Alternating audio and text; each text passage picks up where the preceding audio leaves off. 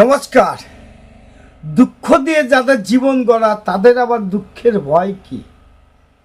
এই কথাটা কেন বলছি, সেই কথা বলার কিছু কারণ আছে। সেই কারণগুলো আপনাদের সামনে তুলে দেওয়ার জন্য আমার এই ভিডিওটা।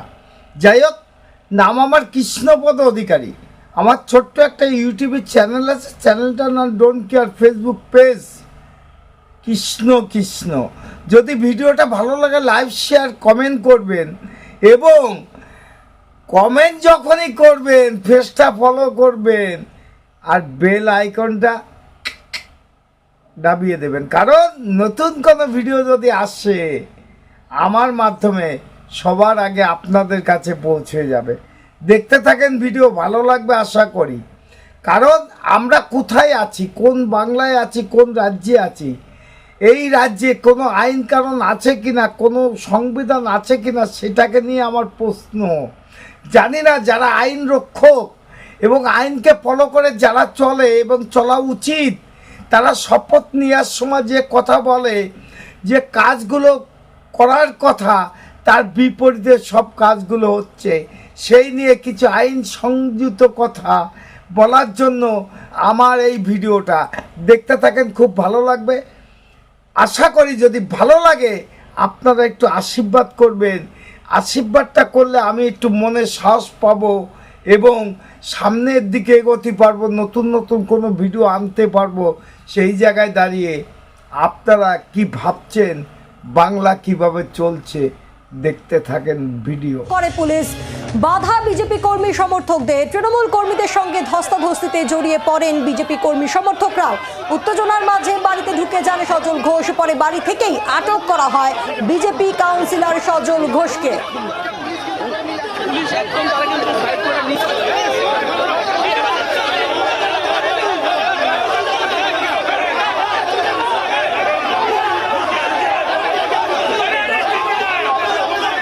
আপনাদের শোনাবো আটক হওয়ার আগে সজল ঘোষ কি বলেছে।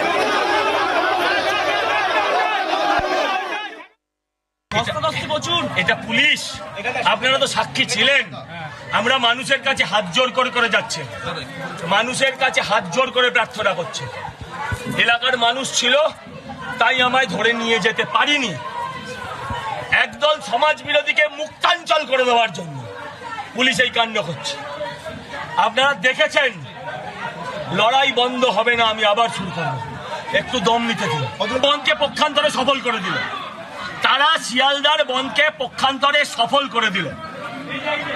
মানুষ এসব দেখার পর আরো দোকানপাট বন্ধ করবে। এদের কাছে মাথা নিচু করবো না। পালিয়ে যেতে পারতাম, আমি পালাইনি। আমি পালিয়ে যেতে পারতাম, আমি পালাইনি। আমি এখনো পুলিশ আছে পেছনে সামনে। আমি বলছি আমি আবার এক্ষুনি শুরু করবো, একটু দম নিতে দিন। নিজের বাড়িতে বসে আটক হওয়ার আগে এই বক্তব্য বিজেপি কাউন্সিলর সজল ঘোষের, আর এরপর বাড়ি থেকে আটক করা হয় তাকে। পুলিশের বক্তব্য শুনবো। ওনাদের পক্ষ থেকে অনেকে, এখানে ওনার অনেক সমর্থক আছে, ওনারাই এসে প্রচুর চেঁচামেচি করছিলেন যে ওনাকে হাউস অ্যারেস্ট করা হোক, ওনাকে যেন এখানে পাঠানো হয়, ওখানে না পাঠানো হয়। মানে আমরা যখন কাউকে ডিটেন করছি বা অ্যারেস্ট করছি, সেটা যেখানেই হোক না কেন, এটা সম্পূর্ণভাবে পুলিশের ডিসিশন। এখানে অন্য কারোর হস্তক্ষেপ আমরা বরদাস্ত করবো না।